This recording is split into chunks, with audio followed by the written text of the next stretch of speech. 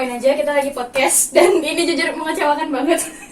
Nggak ke-record guys, nggak ke-record. Karena udah rekaman dari awal sampai akhir mulus ya nak, benar-benar. Dari 14.13 terus sampai 14.52. Iya. Yang kerekam cuma 8 menit. Itu sakit banget, jujur sakit banget.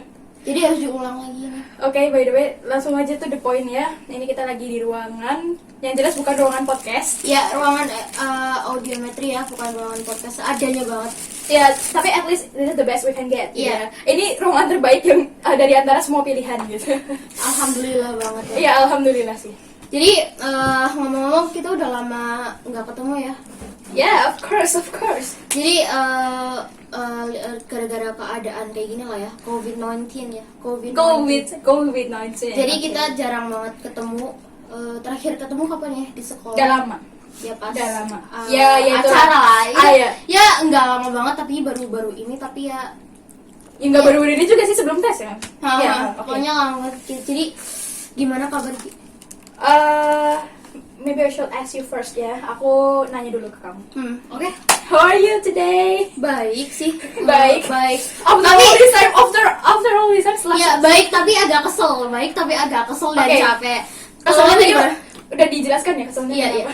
Kalau kamu gimana? Ya, not bad lah, but everyone seems doesn't care about me. Like, ya orang-orang nggak peduli. Nggak peka ya? Ya bisa disederhanakan gitu. Orang-orang nggak peka. Oke, doesn't care, nggak peka. Ya. Nggak peka ya, maksudnya. This is not a relationship. Emang? Enggak. Ini bukan tentang relationship atau love. Allah. Beneran, kamu jangan roasting aku di sini. Ya tapi kalau misalkan emang relationship. Enggak. Aku independen. Aku independen, serius. Oke, back to the topic ya. Oke. Tadi kan kamu bilang orang-orang kelihatan kayak nggak peka ya sama Yes. kamu. Yang kamu maksud peka itu gimana sih? Apa sih maksudnya? jangan membuatku berada dalam masalah, oke? Maksudku peka itu ya orang-orang nggak mengerti apa yang aku butuhkan. Orang-orang cenderung apa ya? Ya kayak aku mengerti mereka, aku berusaha mengerti mereka. Mereka butuh ini itu, oke, aku melakukan sesuai dengan kebutuhan mereka. Aku mengerti mereka, tapi mereka nggak mengerti aku. Like, terus aku ngerti kalian, tapi kalian nggak ngerti aku. Terus aku mau rela berkorban aja gitu. Ya kan ada rasa kesel paling nggak gitu kan? Jadi kamu itu udah berusaha mengerti mereka, tapi kamu pikir mereka itu nggak sama sekali berusaha untuk mengerti kamu gitu? Ya, something like that lah. Nah, dari mana kamu tahu kalau mereka itu nggak mau berusaha mengerti kamu? Ya, ini menjebak sih. Jujur ini menjebak banget pertanyaan dia. Dari mana aku tahu? Ya dari gelagat mereka, dari mimik wajah mereka, dari tindakan mereka kan. Their action shows everything gitu kan. Nah, dari mana kok kamu bisa menyimpulkan kalau gelagat itu tuh menunjukkan maksudnya emang dari mana kamu bisa menyimpulkan kalau mereka itu nggak ngerti kamu? Emang dari gelagat kok kamu bisa langsung tahu? Emang kamu benar-benar ngerti mereka? Oke, aku bukan pakar body language ya, emang aku bukan pakar gituan. Cuma ya kan aku ngerasa tuh kayak mereka nggak mau deket-deket sama aku, kayak ya maksudnya nggak mau berurusan sama aku gitu, kayak jauh-jauh sana gitu. Kamu nggak ada dalam aku gitu, kamu nggak berurusan sama aku. Padahal itu dalam suatu keadaan konteks di mana kita tuh berkelompok gitu ya, hidup secara sosial kelompok. Dan aku berusaha mengerti kebutuhan mereka, tapi mereka nggak mau mengerti aku. Dan dengan mungkin alasan mereka nggak suka aku atau nggak tahu. Ini opiniku loh ya, ini opiniku. Dan sekali lagi dari mana kamu bisa menyimpulkan kamu benar-benar udah mengerti mereka? Dari mana aku bisa menyimpulkan aku udah benar-benar mengerti mereka? Sumpah ini menjebak banget. Nah, Ya biarin.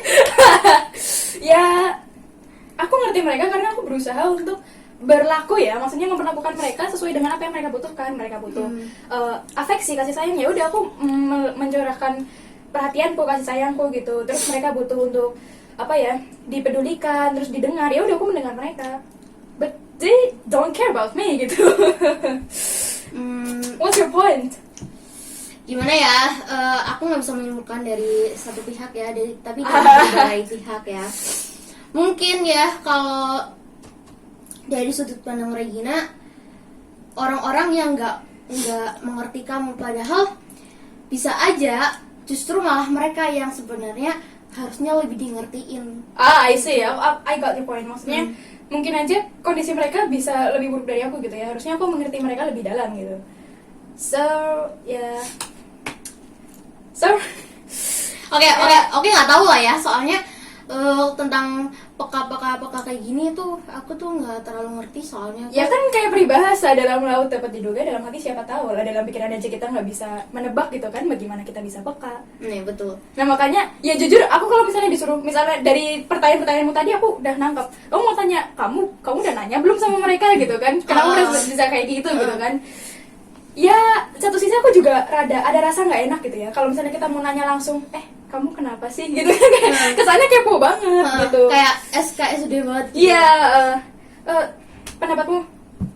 Ya nggak tahu lah ya. Aku tuh nggak terlalu ngerti tentang kepekaan kayak gini. Maksudnya aku nggak terlalu ngerti lah ya sama kepekaan gini, soalnya aku tipe orang yang lebih ke forget daripada forgive gitu. Forget not forgive gitu. Iya. Jadi kamu cenderung bodoh amat dong sama Iya, masalah. bodoh amat. Not forgive berarti itu dengan kata lain kamu lari dari masalah dong. Kan kamu melupakan masalah itu gitu aja gitu ya. Terus ya udah, Enggak. masalah itu selesai dengan sendirinya. Terus kamu Enggak. melupakan, kamu lari dari masalah, kamu nggak mencari solusi gitu. Enggak, Kamu mencari menurutku ya. penyelesaian. Menurutku ya, dari sudut pandangku itu bukan lari dari masalah ya. Ha-ha. Konsep forgetnya ini juga sekaligus memaafkan juga, soalnya Loh, kan beda. Forget, not forgive, beda. enggak gini loh. Kalau melupakan Beda. itu ya menurutku bukan lari dalam masalah. Iya, aku itu tahu aku ini dalam masalah ini dan iya aku melupakan. Ya udah sih, udahlah. Oke, berarti- jadi aku anggap ini jadi angin berlalu aja, udah. Jadi kamu nggak terjadiin pikiran berat banget dan dijadiin I got it. overthinking Baik, enggak. berarti kamu nggak mau terlalu overthinking, nggak mau terlalu berlarut-larut dalam masalah, intinya kayak gitu ya. Forget itu maksudnya gitu. Oke, bukan lari dari masalah. Iya, bukan. Oke. Nah, terus kayak gimana ya kalau kembali ke permasalahanku, dalam sudut pandangmu itu gimana? Apa yang harus kulakukan gitu loh? Kan aku menganggap kayak orang-orang itu, seems doesn't care gitu kan. Terus aku nggak berani nanya langsung. Nah. Tadi kan kamu tipe forget not forgive. Dan apakah itu cocok atau aku harus cari cara lain gitu? Enggak. Kita anggap ini masuk ke topik yang namanya asertif ya. Oke, asertif. Asertif. Aku pernah dengar tentang asertif kok. Pertama jelasin dulu ya, asertif menurutmu itu asertif itu apa sih, gimana sih? Kenapa nggak kamu yang jelasin? Enggak. Oke, aku yang jelasin ya. In my opinion ya, asertif itu as simple as this gitu loh.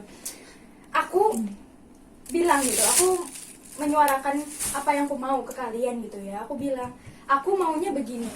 Aku nggak suka kalau kamu begitu gitu. Dan kalian bilang ke aku, kalian maunya gimana? Aku berusaha mengerti kalian berusaha mengerti aku. Jadi kita saling memahami. That's assertive. Be assertive. Nah, Terbuka gitu loh. Nah, kalau dengar dari penjelasan kamu itu, dari masalah kamu tadi yang kita Oke. yang tadi yang pertama itu, Ah. jadi itu artinya itu kalian tuh harus saling bicara, harus saling mengerti gitu loh. Tapi kan di sini dalam konteks aku itu ya mau nanya juga takutnya kesannya hey that's rude gitu. Konfirmasi terlebih dahulu, manipulatif. I see. Jadi maksudmu konfirmasi supaya itu nggak terlalu terkesan kasar gitu. But assertive is not rude at all. Ya nggak? Iya sih. Misalnya gini ya, kita punya cekcok gitu, punya masalah. Terus aku nanya, kamu maunya gimana? Kamu kasih tahu kamu maunya gimana? Aku maunya kamu nggak nyablak, nggak asal nyablak gitu. Kamu kalau misalnya ngomong tuh ditata dikit gitu loh, jangan nyakitin hati orang lain. Karena dia ngomong emang nyablak. Ya, iya sih, bener sih. Karakter dia itu emang nyablak banget. Tapi aku suka kamu nyablak dalam waktu tertentu, beberapa waktu tertentu, dan aku nggak suka kamu nyablak dalam waktu tertentu juga. Jadi ada pertimbangan situasi kondisinya juga gitu kan. Dan kamu bilang ke aku nggak suka kalau aku gini gitu. Kamu nggak suka kalau aku gini. Aku maunya kamu gini gitu. Like that. Terus kita bisa saling memahami gitu. Terus aku mengerti kamu kalau diginiin nggak mau, kamu nggak suka. Dan kamu bisa memahami aku kalau aku digituin nggak suka gitu loh. Ya kan? Got my point? Oke. Yes. Dan tapi tadi yang kayak kamu bilang ya, konfirmasi dalam hal manipulatifnya ini nggak selalu negatif gitu. Dalam sisi positif. Manipulatif dalam pandanganku mungkin kita bisa sedikit main drama gitu ya, kayak playing drama like nah tadi aku dengar dari si itu katanya kamu ada masalah keluarga ya. Oh. Apa bener sih? Heeh. Atau itu cuma kabar burung aja? Aku nanya gini nggak bermaksud apa-apa loh ya. Cuma mau cari kebenarannya, takutnya salah. Like that gitu, manipulatif. Jadi kita konfirmasi. Jadi jalur konfirmasi. Kalau gitu. Buat konfirmasi itu dalam kehidupan sosial. I think konfirmasi juga bisa dalam kehidupan pekerjaan gitu, profesional like. Contoh Iya. Contoh yang paling sering itu mungkin di dunia kesehatan ya. Kan dokter gitu meresepkan obat gitu, terus nanti dikerjakan oleh petugas farmasinya ya, kefarmasian. Terus kalau misalnya mungkin tulisannya nggak jelas gitu, atau ada penulisan resep yang mungkin sekiranya kurang dimengerti, atau obat-obat yang kurang dimengerti oleh petugas, itu harusnya konfirmasi dong, ya nggak? Kalau misalnya dia nggak konfirmasi, terus dia raciknya sesuai dengan pendapatnya atau pandangannya terhadap resep itu, ya itu berpotensi fatal menurutku sih. Maksudnya kayak ya oke lah, mungkin kalau misalnya kesalahannya nggak terlalu besar gitu ya masih bisa ditolerir. Tapi kalau misalnya kesalahannya udah bisa bikin pasien kejang-kejang, apalagi ya maaf gitu ya lewat, ya itu kan kesalahan yang paling fatal di dunia kesehatan tuh. Jadi selain untuk di dunia sosial gini, di hubungan antar sesama, ya itu metode konfirmasi dan asertif itu juga bisa kepakai gitu ya. Jadi penting banget ya, kayak asertif ini tuh benar-benar penting banget Yes. dalam kehidupan sosial. Yes, it's important. Aku akui itu important banget. Kita pernah loh punya cerita yang ini nggak out of topic ya. Cerita satu peristiwa. Oh iya, pas itu. Kayaknya kamu duluan deh yang cerita. Oke. Soalnya kalau misalnya diurutin dari alur ceritanya, ini POV-nya Ina duluan. Oke. Oke ya. Oke, ini cerita ini Sebut merek aja nggak apa-apa. cerita ini nggak out of topic dari Asertif. asertif ya. Jadi ini suatu hari Andin namanya. Andin, Iya. maaf ya Din kalau Iya, kamu sorry. lihat ini, sorry banget ya. Nggak memalukan kok menurut aku. Enggak. Ini namanya kita memberi contoh nyata, sharing Iya, gitu ya. iya, Kepekaan sharing. sosial. Jadi suatu hari pas itu kita masih kelas 7 awalan lah, masih semester 1 gitu. Iya. Pas itu aku, Regina dan Ketawa duluan. dan ada sekitar 2 temen itu lagi di kelas pagi-pagi pas itu masih pada berangkat sekolah gitu ya. Kita pas itu di kelas lagi nunggu waktu literasi Iya. kayaknya. Itu hari apa ya? Hari Kamis atau kayaknya kalau Kamis kan Asmaul Husna. Ya, Senin. Senin. Bukan Senin, Selasa. Nah, yang paling Selasa lah ya. Tiba-tiba seseorang namanya Andin. Iya, nggak apa-apa, santai aja sebut merek. Sebut merek ya. Namanya Andin. Tiba-tiba masuk ke kelas dan tampakan mukanya itu serem banget coy, asli. Jadi pas masuk kelas, dia itu berantakan banget mukanya. Set banget, kayak penuh beban gitu Iya, loh muka. set banget, sumpah. Suram. Jadi dia itu masuk ke kelas itu dalam keadaan nangis lah ya, mukanya Susukan merah. gitu. Ya, kayak gitu nangis. Nah aku, Regina dan temen-temennya bingung. Ih, nih anak kenapa ya? Nih ya. Tapi itu termasuk peduli loh. Kita apa ya? Ada simpati gitu ya. Peka, heeh. Nah, jadi gini, orang-orang otomatis kalau dalam posisi tersebut pasti pas lihat Andin, first impressionnya adalah nih anak pasti punya masalah Berat banget gitu ya. Iya. Besar banget. Mungkin pastinya dia itu baru berangkat sekolah ya, mungkin dia di rumah atau di Ya mungkin ada ada masalah, ada masalah. gitu ya sama keluarga, pasti kayak gitu. Dan itu merupakan salah satu berusaha untuk mengerti ya. Iya, kita berusaha untuk mengerti dia gitu kan. Iya, betul. Nah, akhirnya aku care lah ya sama dia lah ya. Terus dielus-elus, terus dirangkul gitu so ya. sweet. Terus Aninya duduk di tempat duduknya, terus habis itu dikasih minum lah Iya, ya. kita kelilingin itu, dikelilingin, Iya, dikepung gitu. Terus dielus-elus gitu. Aku tuh udah bilang aku tuh udah bilang nggak apa-apa Din, nangis aja. Iya. Nggak apa-apa nih, nangis aja. Lepasin, Din, Lepasin lepasin. aja. Lepasin. Terus mungkin pada suatu saat dia muncul mau cerita. Mungkin tapi kita merasa Andi ini belum mau terbuka ya sama kayak beberapa masih orang. ragu-ragu. Masih ragu-ragu. Jadinya aku dan Dua temen yang dan lain. dua temen yang lain keluar kelas ya, ninggalin Andin dengan Regina gitu ya. Mungkin Andin pengennya curhat sama Regina dulu gitu. Ya maksudnya ya sedikit orang gitu. Iya. Mungkin juga bukan cuma sama aku, tapi Iya. yang pokoknya sedikit orang. Iya. Dan mereka di luar tuh kayak panik banget. Iya, Nin kenapa? Iya, aku gini POV-nya di luar kelas ini, di luar ini anak kenapa ya, kasihan banget. Aku kasihan banget ya Andin ya gitu ya. Padahal aku nggak tahu masalahnya apa. Ya karena kan belum nanya kan. Iya, belum nanya, kayaknya You're not assertive, that's iya, fine gitu. kayaknya Andin ada masalah berat banget ya gitu ya. Terus Terus lanjut ke POV gue ya. Aku tuh di dalam kelas masih gitu kan, elus-elus Andin, dipeluk juga gitu. Ya beberapa kata motivasi lah, Din, it's okay, everything will gonna be fine gitu kan. Tapi terus aku kasih minum gitu. Dia kan masih sunggukan gitu, masih ya hampir keselak juga, kayak batuk-batuk gitu kan. Gitu. Akhirnya tak kasih minum dulu Din gitu. Nah, setelah dia agak mereda baru aku berani tuh nanya. Akhirnya aku berani nanya, kalau nggak nanya siapa yang mau tahu gitu kan. Din, sorry Lancan. Aku cuma mau nanya ini, aku nggak bermaksud apa-apa. Kamu sih kenapa gitu. Dan dia pada saat itu setelah aku menyelesaikan kalimat gitu, terus dia menghela napas gitu. Kucingku meninggal gitu. Dan pada saat itu aku nggak tahu mau gimana ya aku ya udah cuma diem. Oh ya udah. Terus beberapa saat kemudian nih rombongan ini datang. Nah, aku dan dua teman ini datang masuk ke kelas gitu ya. Aku tuh masuk ke kelas dalam muka dan keadaan yang sangat prihatin ya. Iya, dia kayak kelihatan panik banget gitu loh. Iya, dan berusaha mengerti, apalagi posisinya pas itu Anian tuh masih nangis. Iya, masih sesenggukan. Dikit-dikit gitu. Tapi kayak ada yang aneh gitu ya. Kayak ada yang aneh, kok Regina kok mukanya kayak nggak kelihatan kayak orang yang habis menerima suatu curhat gitu ya. Terus aku dengan hati-hati kayak gini tanya, kenapa Gi? Iya, dia bener-bener pelan gitu. Kenapa Gi? Itu posisi kita agak jauh dari Andin gitu. Ya terus aku jawab, kucing Andin meninggal. aku sambilan ketawa bener. Iya, nah benar-benar pas itu aku kaget dong, blank kayak teng gitu. Soalnya dari awal kita Gak expect nggak expect.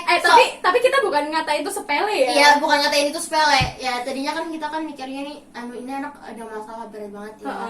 Ternyata bukan cuma gini loh, kayak maksudnya nggak sesuai ekspektasi yang tinggi banget gitu ya.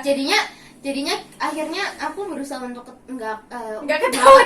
Dia nahan ketawa ya, gitu. berusaha untuk mengerti dan peka ya. But gimana ya? Karena kita nggak tahu. Iya, kita nggak tahu seberapa berharganya kucing itu terhadap Andin kayak gitu ya. Iya, benar-benar. Dan habis itu dia langsung ngajak dua temannya itu keluar.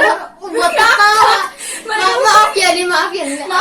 Ini tuh aku tuh ketawa bukan karena masalahnya cuma sepele atau gimana, tapi nggak expect aja. Karena mereka udah kayak overthinking gitu. Overthinking gitu loh. So ya ini nggak out of topic ya. Ini benar-benar kita butuh asertif di sini gitu. Kita butuh terbuka dan kita butuh konfirmasi namanya gitu. Ya kan? Untuk nggak menimbulkan kesalahpahaman. Iya, dan ini peka loh, kita peka. Dan ya gimana ya, untuk peka kayak gini cukup sulit sih. Soalnya kan kita juga lihat beberapa teman-teman yang lain tuh juga nggak terlalu cuma lihat-lihatan doang kan gitu, nggak terlalu aware gitu. Iya, pas itu kita itu kayak kayak gitu. Oke. That's a good story. Itu salah satu cerita kebersamaan favoritku sih. Oke, sekarang aku cerita tentang kamu ya. Tadi kamu udah roasting aku, gantian dong. Oke. Nggak adil rasanya. Kalau cuma satu pihak yang tersudut tuh nggak adil. Oke. Ini jujur, ini aku ambil plotnya waktu dulu awal-awal masuk. Jujur, aku nggak notice keberadaan dia sama sekali, kecuali karena satu peristiwa. Enggak. Satu peristiwa. Kita nggak bahas itu ya. Oke, kita nggak bahas itu. Oke, tapi ada satu peristiwa yang sekelas tuh Enggak. notice dia. Udah. Ya, dan dari situ aku mulai notice dia. Aku sih sebenarnya nggak punya first impression apa karena pada saat itu yang aku pikirkan bukan dia doang gitu. Ya enggak, dia mungkin nggak punya first impression ke aku karena aku duduk di belakang dia jadinya. Ada yang ngaruh ya? Nggak Ngaruh ya? ya? Ngaruh. Oke, tapi aku menampung beberapa aspirasi dari beberapa teman, bahkan mayoritas teman, bahwa first impression ke dia adalah galak. Dia galak, dia judes, mukanya judes. Judas. So what's your point? Itu kan dari view mereka. What's your point? Tanggapanmu apa gitu? Aku nggak terima sih. Aku nggak terima kalau misalkan aku itu dikatain orang yang judes. Pasti sekitar 18% orang-orang yang ketemu dengan aku ya, first impressionnya adalah aku tuh judes. Nah pertama kali aku ketemu kamu tuh orangnya tuh judes banget. Yes, tapi dari raut mukamu ya loh. Tapi mungkin ya itu benar-benar postur muka ya. Soalnya kalau misalkan dilihat dari kamera ya, mungkin pas aku nonton kamu mungkin aku kelihatan judes ya. Padahal aku nggak, I don't mean kayak gitu ya. Iya. Aku itu fotografer pribadi dia modelku gitu. Jadi kalau misalnya aku sering jepret-jepret kamera itu objeknya dia, dan dia tuh tatapannya benar-benar kayak model yang mata elang gitu, fierce gitu, yang nggak exaggerating lah. Jadi orang-orang yang ketemu dengan aku pasti ngomongnya kayak gini. Kalau misalkan kita dipikir-pikir udah agak akrab lah ya, pasti ngomongnya, nah kamu pas aku pertama ketemu sama kamu tuh judes banget ya. Terus pas lama-lama dia itu kamu kok orangnya tuh kok kayak, iya sama, nggak jauh beda. Dia tuh bocah freak dan annoying parah. Dia juga berisik banget di grup. Sebenarnya dia sih yang paling berisik di grup. Maksudnya kayak nggak jelas, paling nggak jelas, dan kayak paling menyakiti hati orang lain gitu loh senangnya. Pernah waktu itu si Andin cerita tentang hal yang sebenarnya nggak menjadikan tapi kurang menyenangkan gitu, berita yang kurang menyenangkan. Dan tahu nggak responnya dia apa? Dia cuma ngirimin stiker kopi yang kayak gini, nggak ada artinya gitu loh. Jadi kan aku batin, ini orang kayak nggak bisa menghargai perasaan banget sih gitu, kayak nggak ada empatinya sama sekali. Kenapa Andin ceritanya mulai menuju set gitu, dia malah ngirimin stiker kopi yang kayak gini. Iya, penjelasan ya. Aku kasih 3 penjelasan tentang hal itu ya. Pertama, HP-ku habis di-install ulang ya. Jadinya WA aku itu cuman punya stiker kopi itulah, biasa itu stiker default ya. Nah, akhirnya aku kalau cuman stiker itu yang aku punya, akhirnya aku pakai stiker itu, dan stiker yang kayak itu tuh lucu banget. Jadi aku itu ketagihan buat pakai stiker itu. Jadi di mana-mana apapun konteks yang dibicarakan di grup chat ya, pasti aku ngirimnya stiker itu karena lucu. Nah, yang kedua, aku itu nggak tahu respon apa yang harus aku. Kamu bingung mau respon apa? Ya, aku itu bingung mau respon apa. Jadinya aku kirim stiker itu karena lucu. Terus yang ketiga adalah apa ya? Apa? Kamu menjelaskan 3 hal. Apakah sanggahan atau apa? Enggak. Yang ketiga adalah aku kayaknya tahu dia mau nyanggah nih, Jadi yang ketiga adalah dia bukannya nggak empati. Aku tahu dia mau nyanggah pernyataanku bahwa dia nggak empati. Dia mungkin mau bilang kayak, aku tuh bukannya nggak empati, ya cuma gimana lagi, juga aku nggak relate gitu sama kondisinya si Andin. Aku nggak relate gitu. Aku nggak relate dengan kondisinya ini, jadi aku itu takut aku kalau mau respon ini tuh kayak salah gitu. Oke. Ya kan, aku bisa membaca pikirannya dia lewat telepati loh. Itu namanya kepekaan sosial. Iya. Itu namanya kepekaan sosial. Kepekaan sosial. Benar. By the way, sebenarnya ya kalau misalnya itu kan kayak first impression tadi gitu, orang itu sama aja dengan judge orang nggak sih? Kayak menghakimi orang sepihak. Tanpa nanya gitu kan, kamu kepribadiannya gimana? Itu kan asertif. Kepribadianmu gimana? Cuma kayaknya kurang pas aja gitu loh asertif di kepribadian kamu gimana. Di satu sisi tuh emang hukum manusia ya, first impression emang langsung muncul ngejudge, langsung muncul di kepala, nggak tanpa disaring terlebih dahulu. First impression emang first impression gitu ya. Iya, benar. Nah, emang tapi di satu sisi yang lain itu emang masuk ke judge sih, emang enggak. Iya, Kita tuh nggak judge. boleh asal menilai gitu, kayak gitu. Ya karena kita juga nggak tahu apa yang dialami dia. Iya. Kita belum tentu peka sama dia gitu, sama kondisinya dia. Like aku pernah dengar satu bait quotes gitu yang bagus, dan ya itu dari lagu ya, bukan dari buku atau karangan novel apa. Jadi bunyinya gini, kamu nggak akan pernah tahu kondisiku karena kamu tidak berjalan dalam sepatuku gitu. Kamu tidak berjalan sepatuku, cause you don't walk in my shoes gitu ya. Dan kamu nggak akan pernah tahu gimana bundetnya gitu ya, bundetnya tali sepatuku, rumitnya hidupku. Karena orang-orang itu hanya melihat apa yang ingin mereka lihat. Mereka ingin melihat keburukan, ya udah isinya daftar keburukan semua gitu kan. Kalau mereka ingin melihat hal-hal positif, ya udah mereka akan tersalurkan energi positif gitu kan. Ya itu kembali ke tadi lagi, akan lebih mudah untuk judge, menghakimi daripada percaya dan mengerti. Ya nggak? Setuju? Betul. Ya nggak memungkiri, aku juga ya pernah lah punya first impression sama orang gitu yang tanpa disadari itu ngejudge gitu, kayak ih judes amat sih orangnya gitu. Padahal kita nggak tahu gitu kan. Ya gitu sih yang kalau misalnya tentang judge gitu. But satu lagi, in my point ya, assertive itu bukan hanya antara kita gitu loh, antara dua orang gini, kayak aku sama kamu, kamu mengerti aku mengerti kamu gitu. Do you get my point? Maksudnya asertif itu nggak harus maksudnya asertif itu bukan dimulai dari aku ngerti kamu, kamu ngerti aku. But ada satu yang utama dan pertama gitu loh. Asertif dengan diri sendiri nggak sih? Ya, itu yang aku maksud. Jadi asertif dengan diri sendiri. Kamu paham what you need gitu. Apa yang dirimu butuhkan. Kamu paham dan kamu mengerti. Dan kamu mau peduli dengan apa yang dirimu butuhkan. Kayak kejadian waktu aku formal typing itu, yang akhirnya aku dicap sebagai gadis puebi, gadis formal dan profesional gitu. Itu kan lama-lama hurting me gitu, karena aku nggak bisa punya circle pertemanan yang murni karena mau berteman gitu. Bertemannya hanya embel-embel untuk tugas, untuk nilai gitu ya. Ya untuk kepentingan formal. Dan ketika aku mengerti bahwa aku butuh circle pertemanan yang benar-benar murni, aku mau mengubah kebiasaan formal typingku itu menjadi typing yang chill gitu, yang santai, casual, tapi nggak jamet gitu. karena aku juga ya gimana ya, berusaha untuk menunjukkan apa yang sebenarnya aku nyamannya gini loh gitu. Aku nyamannya menggunakan kata ini jadi ini, atau aku nggak nyaman menggunakan emoji, aku nyamannya menggunakan stiker segala macam kayak gitu. Jadi aku berusaha memenuhi dan memahami apa yang diriku butuhkan, yaitu menjadi diriku sendiri. That's assertive for our. Oke, jadi kalau misalkan dikonklusikan ya, sebelum kita menerapkan asertif di lingkungan sosial, sebelum kita menerapkan asertif terhadap sesama, ke orang lain, kita terlebih dahulu harus menerapkan asertif terhadap diri kita sendiri. Yes, iya, itu penting banget. Kalau misalnya kita nggak ngerti apa yang kita butuhkan, gimana kita mau ngerti orang lain, gitu kan? Ibaratnya kita nggak cukup oksigen, terus kita maksa gitu mau ngasih oksigen ke orang lain gitu, ya minus gitu kan? Ya, dan nggak setiap saat kita harus asertif.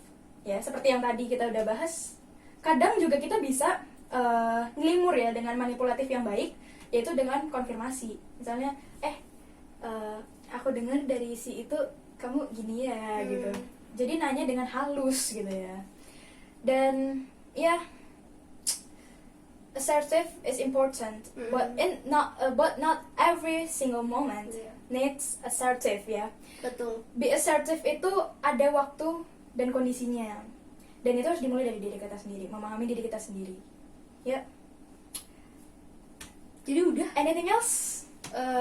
Udah sih, kayaknya cukup banget karena kita udah Yes, kita udah membahas apa yang terjadi relate sama kita gitu ya, tentang kepekaan sosial ini. Dengan asertif kita bisa peka gitu ke orang lain, karena kalau misalnya kita nggak langsung tudep aja apa yang kita butuhkan, orang yang butuhkan, terus kita langsung main judge gitu, ya nggak akan ketemu gitu, yang ada cekcok gitu kan. Kita nggak bisa, ibaratnya kayak peribahasa gitu ya, dalam laut dapat diduga, dalam hati siapa tahu, apalagi pikiran orang gitu ya. Pikiran orang kita juga nggak bisa baca gitu, we're not mind reader gitu kan. Ya gitu sih ya, I think it's enough. Ya, kita That's all ya. Udah. Kita udah kayak mengupas tuntas itu, bahkan ngerosting beberapa orang ya. Kita saling roasting. Iya, kita saling roasting plus nambahin satu yang di sini goib gitu ya. Iya. Ghosting orang. Okay, I think it's enough ya. Thank you for today. Makasih. Dan terima kasih kesempatannya. Mungkin ya we never know ada podcast selanjutnya. Atau Nggak tahu. dengan tema yang berbeda. But tema kepekaan sosial ini aku suka. So that's all. Thank you for watching. Bye. Bye.